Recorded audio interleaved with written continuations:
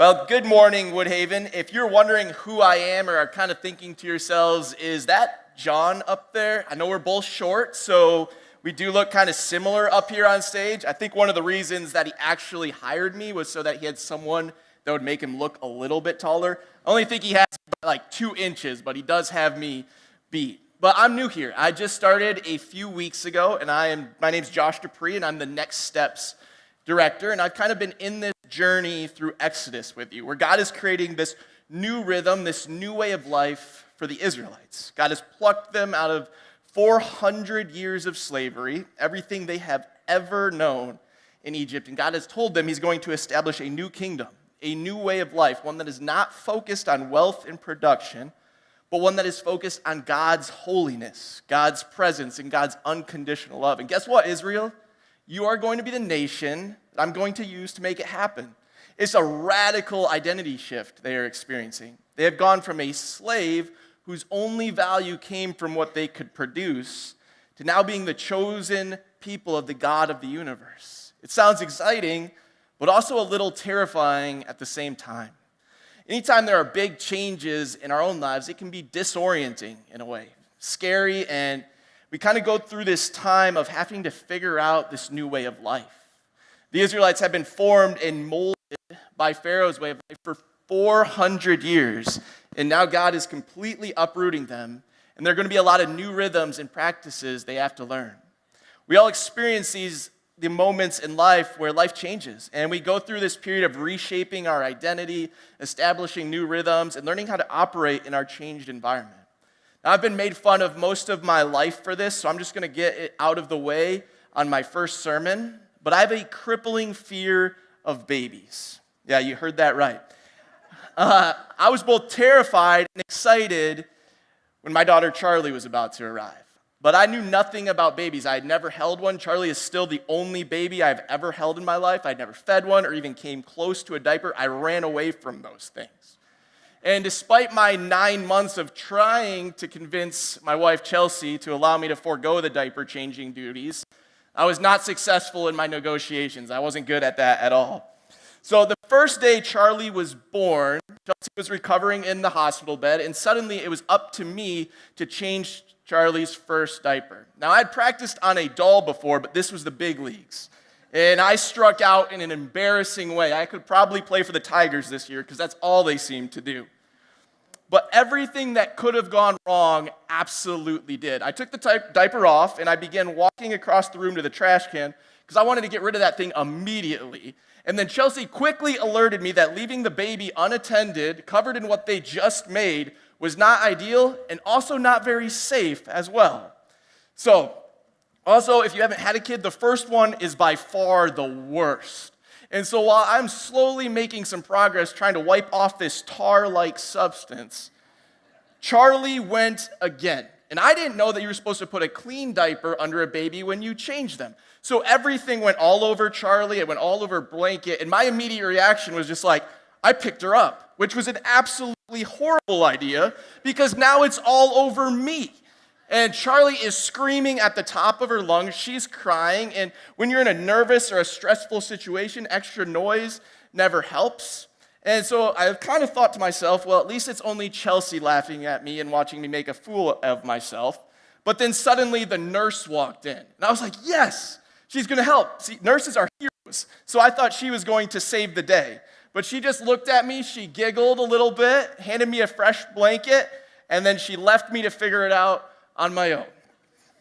Now, it took me way longer than I would like to admit, but I finally figured it out, got Charlie clean, got her in a fresh diaper, and got her happy again. But in that moment, I realized how much everything in my life was radically changing.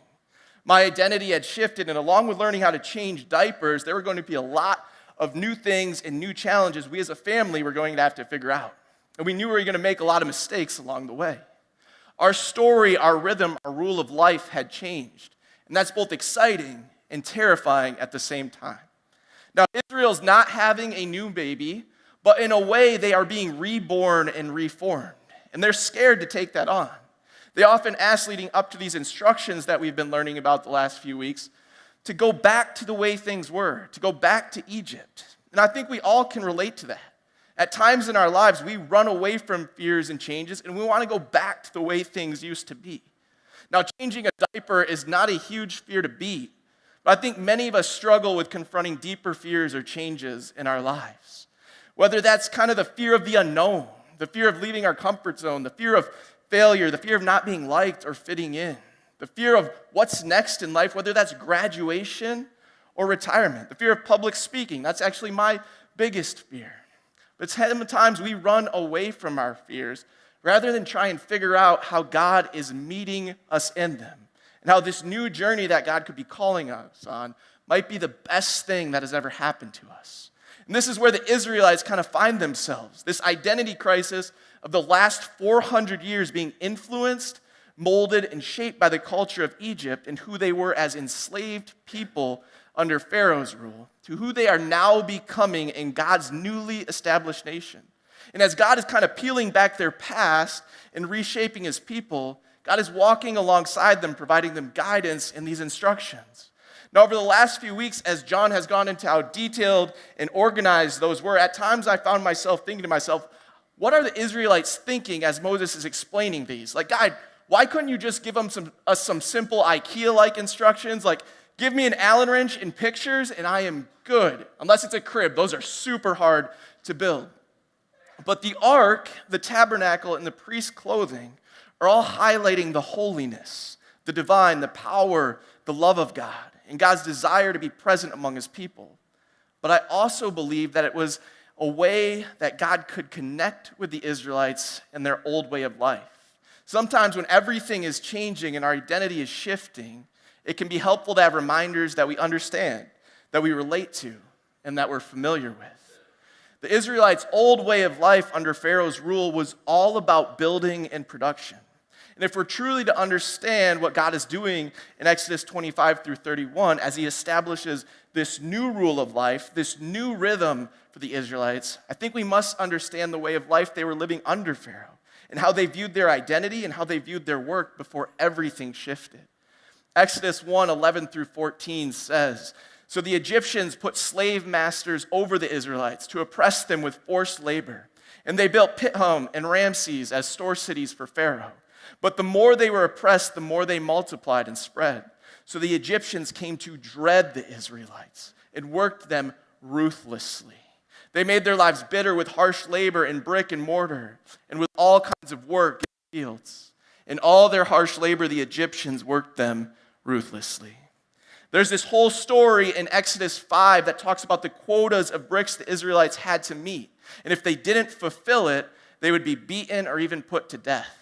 Their life centered around work and production, and the moment you could no longer produce for the empire, you became useless. This was Pharaoh's system, the rule of life that shaped their beliefs and understanding of work and identity. When the Israelites grumble in the desert, it's not about the work they must do. They're used to that. It's about being hungry and not knowing their purpose, and everything in their life has changed. When we don't know our purpose or what God has planned for us, and everything's changing, we can feel very lost or confused. And I think God recognizes this, and so he starts to give the Israelites a plan, a purpose, and a work to do that connects with their old way of life. God is using these beautiful creations that we've learned about to help restore, reframe, and redeem Israel's broken view of work and how it relates to their identity and who God says they are. That their work now is not just to produce to meet a quota or build an empire for a ruthless king.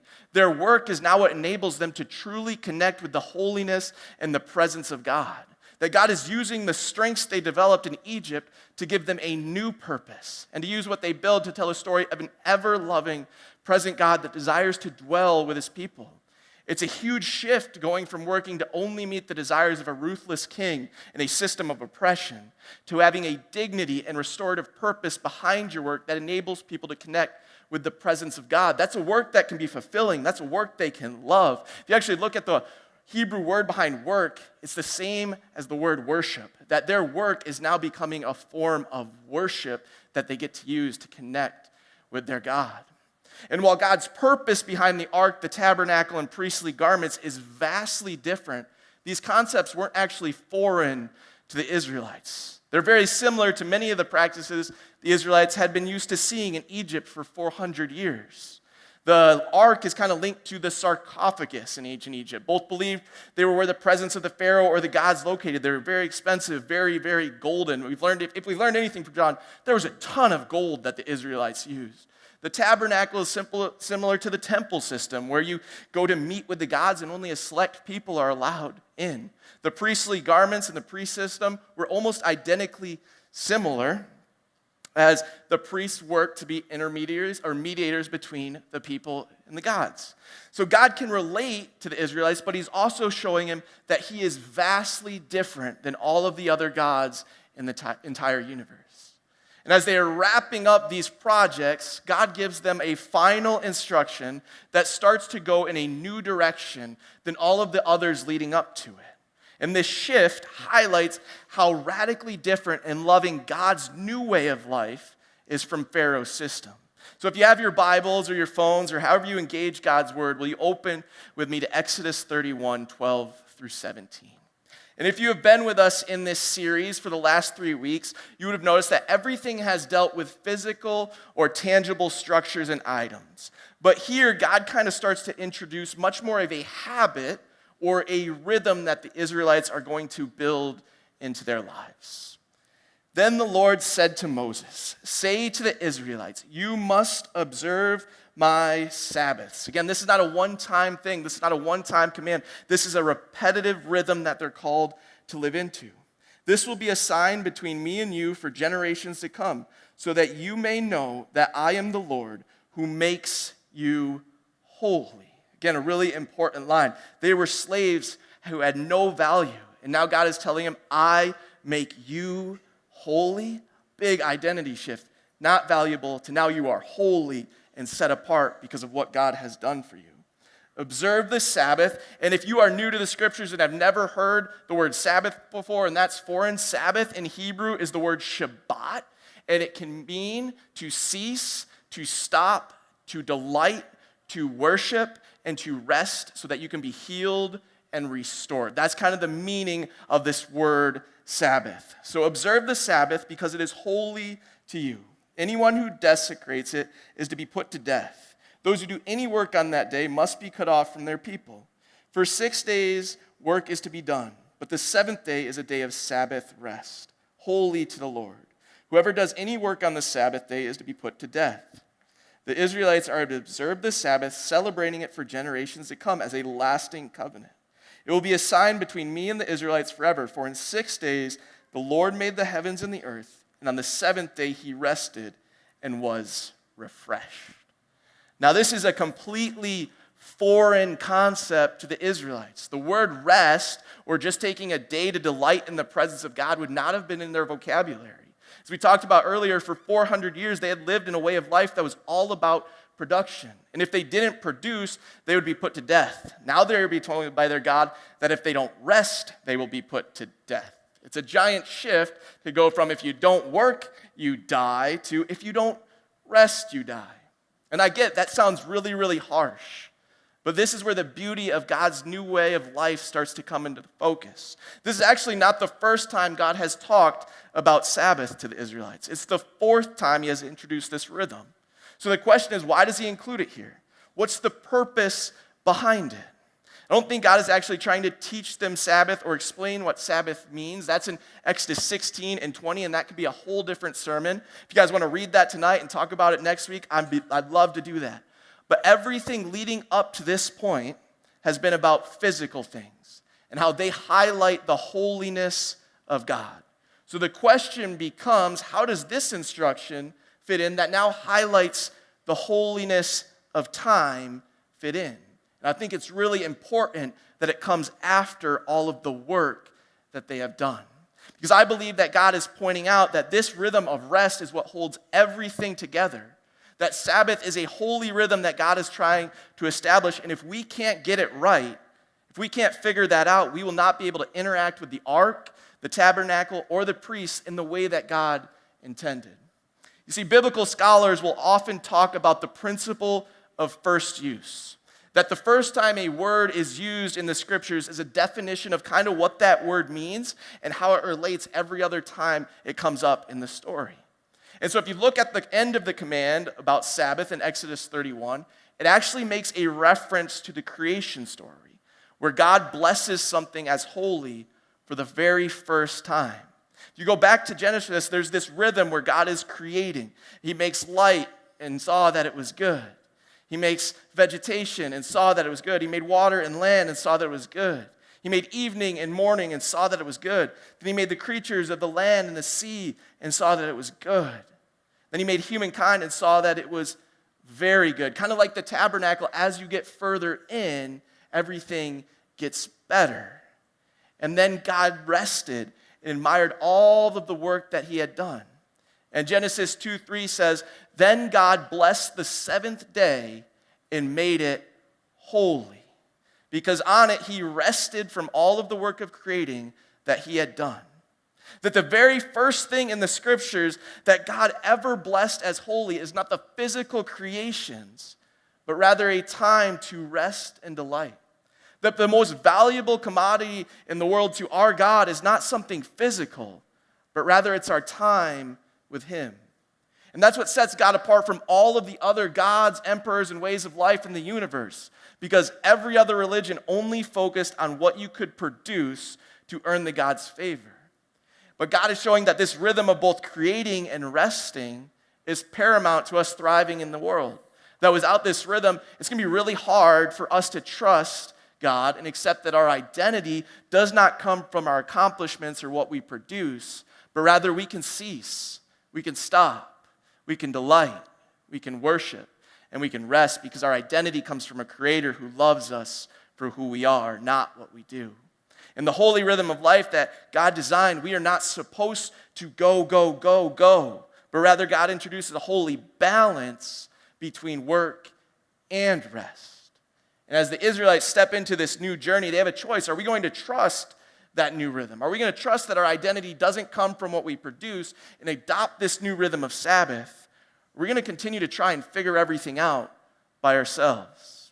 Now in Egypt, all of life centered around earning the ancient God's favor by the physical things he would produce. And you had to constantly wonder if that was enough for them. In fact, you often tried to cut other people down to kind of elevate yourself. Pharaoh's system created this fear-based relationship with the gods and a competitive and comparative relationship in communities. You constantly compared your work and production levels to others and worried, did I do more than them? Production-based systems kind of tend to make people rely solely on themselves because asking for help or slowing down becomes a sign of weakness. And production-based systems also make it really hard to love others and impossible to trust anyone because you don't want to let anybody get ahead of you. You want your spot to be saved. The beautiful thing about a Sabbath rhythm is that it's not based on production, but rather mutual trust between us and God. That if you slow down, if you're struggling and you just simply need to stop, that God is not going to smite you, but rather God's loving arms are going to surround and embrace you and pick you up. Sabbath is God saying, you no longer have to worry if you are enough, but what I do need you to do is trust me. I need you to trust that nothing you ever do will make me love you more. Nothing you ever do will make me love you less. Nothing you do will ever put you above someone else. My love and my grace is not like the college football rankings. I'm not grading on a hierarchy scale where if you beat this person, you're ranked number one.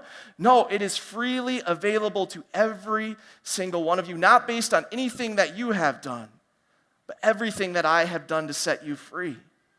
In this new way of life, our salvation, our identity, our self-worth, our value is not based on what we do anymore. It comes from God. I want you to remember that very first line in the passage we read. I make you holy, Israel. You guys didn't set yourselves free. I made you holy. I set you apart. Israel, it's not up to you anymore.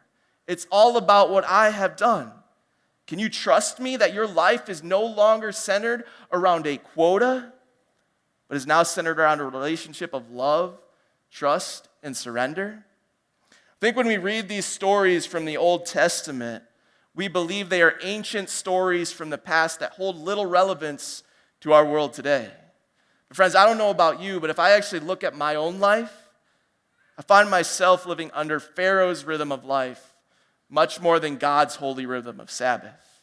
I really struggle with that first line, that God makes us holy, because I so often think my identity and value relies on what I can produce. I constantly find myself tying my salvation and my self-worth to what I accomplish. I'm only good as the last thing that I did. And this isn't to say that what we do doesn't matter, but we need to have a proper view of what we do. One thing I think we miss about Sabbath is that it is actually a two-part command. It's not just about rest, but also having a proper view of the work that you do. Sabbath commands us to work for 6 days and then rest. God has blessed all of us with gifts and a unique purpose, and our work is very important. It's what allows us to worship God, but it can never become what defines us. Sabbath invites us to find our identity and our value in a God and trust in Him and allow that to drive the work that we do in the world. That we don't work to earn favor with God, but we work to worship God. And then we rest with God so that we know the work that we're called to participate in. And I'm not preaching this message because I'm great at Sabbath. I actually really, really suck at Sabbath. I'm horrible at it. You can ask my wife. There are many things that I allow to keep me from truly setting aside time to rest and reconnect with God. There are times that I just lay in bed at night and I can't sleep because there are things running through my head, my to-do list. What mistakes did I make? Did I forget anything? How could I have done this better? And then I look over that clock and it's like 1:37. I'm like, man, if I fall asleep right now, I can get 5 hours and 23 minutes, and it's the best math that I've ever been able to do in my entire life. But maybe these are not things that keep you up at night. But I believe that many of us are still living in Pharaoh's rhythm of life. We believe our salvation, our identity is wrapped up in what we do and how we compare to others, what kind of parents we are, how good we are at our job, how good we do in school, what type of spouse we are, what we accomplish, or even worse, we focus on all the mistakes we have made. And we think there's no way God or anyone can love us anymore. But Sabbath is the invitation to be reminded that walking with God is never about our performance. It's all about what God has done for us. And when we can accept that, love, that then flows through all of the work we do. It flows into how we treat our spouse, how we treat our children, how we approach our work. You see, Pharaoh's reign ended thousands of years ago. But as we look at our world, it still seems like we're stuck in his system. We are the most productive generation in world history, but we are also the most restless, stressed, and anxious generation. That as productivity in our world rises, mental health struggles, anxiety, and suicide rises at an even faster rate. Caffeine is now the most consumed drug in our world, and according to Gallup, the average American sleeps 5.7 hours a night. We trick our bodies into going further and further and further to just keep producing and producing and producing, and it's not healthy. We are a consumer, production, and material-driven society. Human trafficking is the highest it's ever been. There are 28 million people worldwide that are enslaved, and most of them are in production and material-based industries and the things that we buy. And I'm not saying that Sabbath is the fix for everything. There's a lot of work to do as we work to transform our communities to look like God's kingdom. But I do believe if we can be more intentional about celebrating this holy rhythm of Sabbath that God desires for us, we can start to break out of Pharaoh's system. And I use that word intentional because while Sabbath is about rest, it's not a passive commandment. In fact, it is very, very intentional and active. Hebrews 4:11 says, "Let us therefore make every effort to rest so that we will not fall in disobedience to the ways of the world." Sabbath is not a normal rhythm of our world, so it becomes something we have to fight for and pursue in our lives. And please don't misunderstand my heart behind this. I'm not trying to add an additional thing for any of us on our to-do lists. I understand that life is crazy busy, but I do think it's really important to try and break out of this cycle of do. John Mark Comer talks about how when you start intentionally celebrating the Sabbath, you may feel withdrawals at the start. It means you're actually doing a good job. We as a society are addictive to productivity. And when we start to eliminate that, our identity starts to shift, and it can be really hard. But friends, Sabbath is meant to be restorative. It's meant to be enjoyable and life-giving. And I think many of us have a negative relationship with it because Sabbath was something we were forced into, or as a burden that we felt, or as a list of things that we couldn't do. And while there are definitely things that we don't do on Sabbath, it's much more about the things that we get to do that allow us to delight and connect with the presence of God.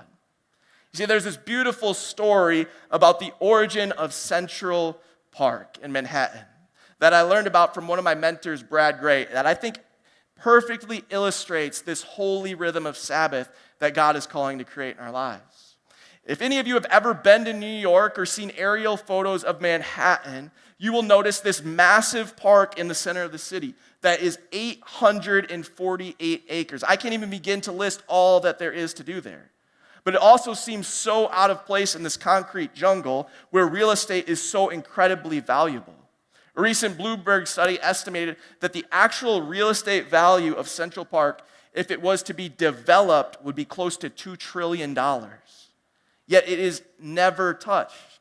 And the reason for that is as New York City was getting started and began to explode and rapidly grow, the city planners recognized that if there was not a space set aside where people could get away and rest, that the city could become potentially very unhealthy. That if the city was simply about industry and producing, that it would collapse upon itself and everyone would burn out. So they set aside this plot of land that could never be touched. And no matter how crazy the city got, how rapidly it grew, there would always be a space where people could go and get away from it all. The city planners understood something foundational, that to have a healthy and thriving city, they needed a healthy balance between work and rest. They needed to build a framework of Sabbath rhythm, that this space was more valuable to the city's health than any amount of money. And I think this is an idea and a practice that we need to build into our own lives. That we need to create central parks with our families, with ourselves, with God, that no matter how crazy things get in our lives, nothing will ever invade that space because it's too valuable to our health and well-being. And friends, I know in my life right now, I don't have that space. I'm operating as a New York City without a central park, and it's very, very unhealthy. And maybe you are in that space right now too. And my challenge for us would be, if you're in that space, put on a hard hat and start tearing some things down. Do some demolition and reclaim that space for ourselves and our family. The beautiful thing about Central Park is there is so much to do there. Every visitor has a very different experience. And that's the beautiful thing behind Sabbath. While the purpose behind it is the same, the actual practice looks different for everybody. As I said earlier, Sabbath or Shabbat in Hebrew means to cease, stop, delight, worship, and rest. I think every one of those is important, but the one I love the most is delight. That ultimately Sabbath is about delighting in the presence of God, your family, your community, and creation. Sabbath is not about just taking a passive day off, but to be active about doing the things that help you delight with God. And my challenge for all of us is to build central parks in our lives, a space where we can truly just delight with one another. And the beautiful thing is that looks different for everyone, and it can look different each week. Maybe it's a day where you just go hiking as a family, or a board game night, or setting aside all technology for 24 hours. I know that's a hard one, but I think it's a really, really good one. Maybe it's a day where you don't do any dishes or chores and your house just gets completely destroyed. My wife would not like that one. Maybe it's a beach day, a day full of naps. Maybe it's a day of service. Jesus' favorite day to heal was actually on the Sabbath. Healing was a way he connected with God, and Sabbath can also mean to heal, so it makes sense most of his miracles would take place on that day. Maybe it's a day full of naps, like I said. Maybe it's a day where you just practice saying no to some things. We live in a yes culture, and saying no is really, really hard. I absolutely suck at it. It's why my daughter comes to me for everything and asks instead of going to Chelsea. She knows I'm going to say yes. I suck at saying no. I don't know what a central park looks like for you, but I would encourage you to have some fun building it in your life. Find things you love that allow you to just absolutely delight in the presence of God. That no matter how crazy things get during the week, you can know that one day a week you are going to Central Park and it is going to be a blast because you're going to get to connect with your family, you're going to connect with yourself, you're going to connect with God, and you're just going to be refilled to attack the rest of the week. And we can stop to do this because our identity and value is not attached to what we produce, but our identity comes from a God who loves us for who we are. And we can trust that even if we stop working for a day, the world's not going to end. God will provide enough to sustain us. Friends, again, I want this practice to be something that's fun, not a burden. So maybe you're not ready to build a full day yet. And then I would encourage you to maybe just start with a few hours and slowly build upon that. I do think it's important to get to a full day, but I'm not there yet. Having a 4-year-old running around makes it really, really hard to cease. But modeling it to her is a priority to me.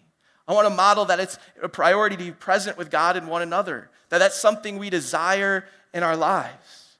And my hope is that as we build it, it would become what our family looks forward to all week, that it would be our favorite day.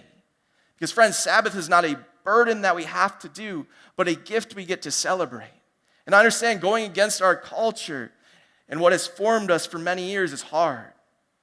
You see, after God gives the Israelites all these instructions, is this command, what's the first thing they do? They disregard it. They say, we don't want that. That's not what we want. That's not our rhythm of life. And they build a golden calf. Now, I hope that's not what all of you do after this sermon series. I don't know if there's enough gold in Byron Center to build a calf, but the Sabbath is a gift that we have to choose to receive. What the Israelites ultimately have to decide is, will we surrender to this new rhythm of life?